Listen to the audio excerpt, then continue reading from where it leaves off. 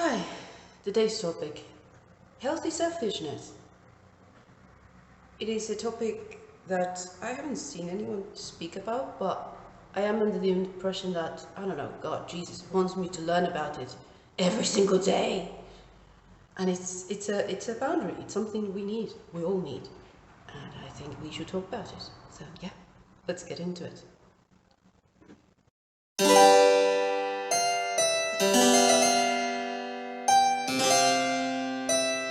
So the thing is, selfishness gets a bad rap because there is a humongous amount of people who abuse of it. Like they overdo it. Like they should tone down their selfishness, like a lot. And the thing is, it happens to occur to me. I'm sorry, I'm watching someone walking. Huh? There's a hip displacement. Anyhow, uh, the thing is, I I have seen people and I observe people and I watch everything around me and I have noticed there are three types of people.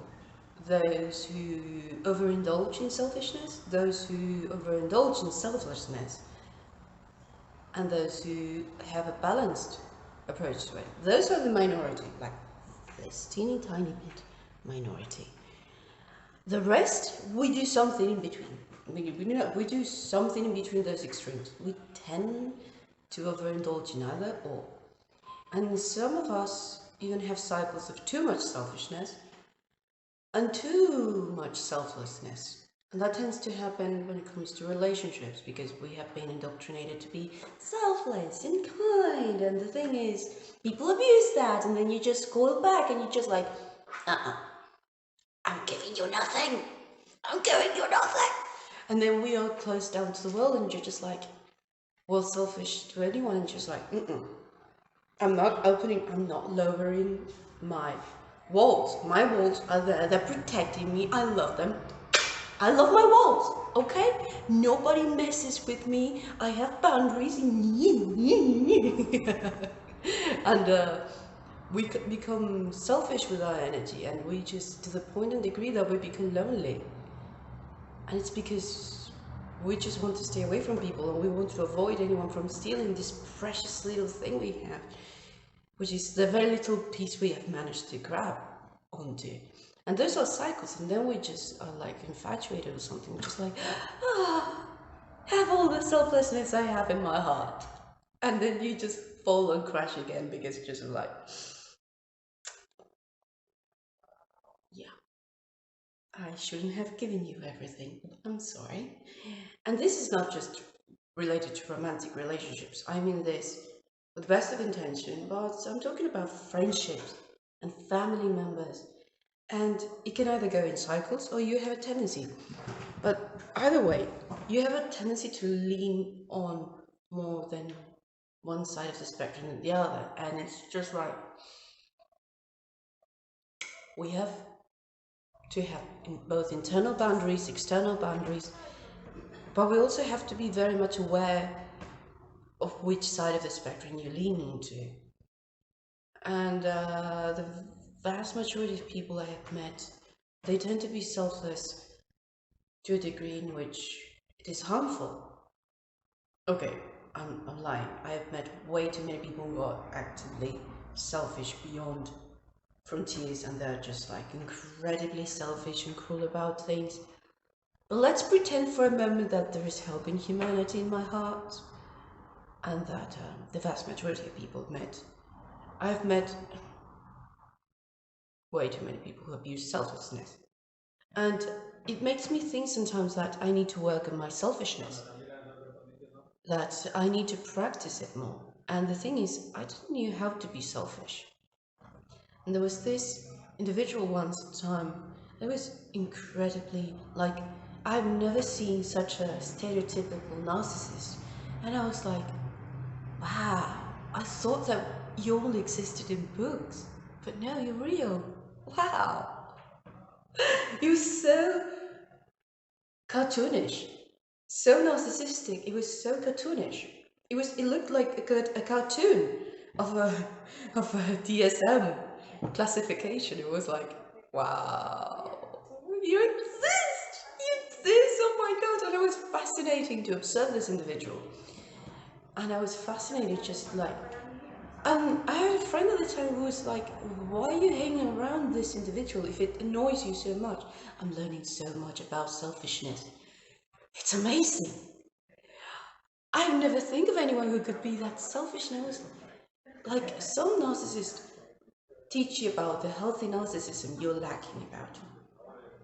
That has been squashed out of you by your family and the people you have known in your life. And the thing is, we all need a degree of selfishness and narcissism that we tend to lack. And that's the sad thing. We need it like water. And you might be thinking, but Victoria, no, that's a bad thing. We need to be selfish. We need to establish boundaries. We need to be narcissistic in the degree in which we care more about ourselves than others. And of course, we should care about others, and we should care about the things we do and the things we take pride on, and our careers and things like that, and people around us, and care about the poor. I know, but I mean the amount of healthy narcissism we should all have is that the one that allows you to say, when people are just being abusive with you, no, I don't care. And you're just like, you do something for yourself, and you just keep your energy for the people who deserve it. And if that means to be all alone, then you should do that. Yeah, it's always better than being surrounded by people that make you feel alone. So yeah, hell yeah. So I think that God and Jesus are trying to teach me about selfishness is because I'm surrounded by people who are overtly selfish, like horribly selfish, to the degree in which if I don't put a boundary and I'm like, I understand, but I have to put myself first, and I'm so sorry about your pity issues and the pitiful circumstances, but I have to care about myself.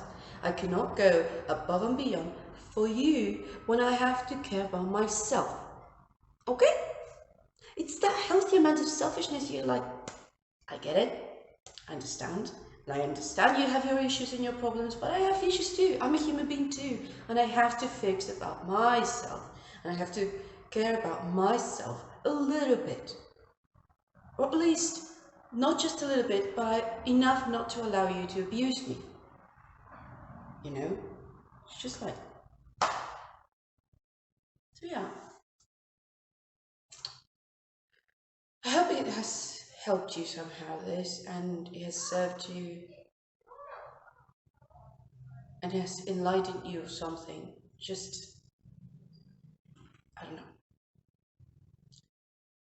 And I hope this time you have spent with me has been useful somehow. And until next time, I wish you the best, and I wish you to be as selfless as you want, and never to see yourself in the need of being selfish. Never to see yourself in the need of having to be cutthroat and cold and cold-hearted. And never to have to pull your narcissistic wand and you're just like, no. Spelliarmus and just get the fuck out of here. Get away from me, you bitch. I have to focus on myself. And I'm just like, I hope you never have to do that, but you know what? We're all humans and we have to do that every now and then. And if you do, best of luck with that.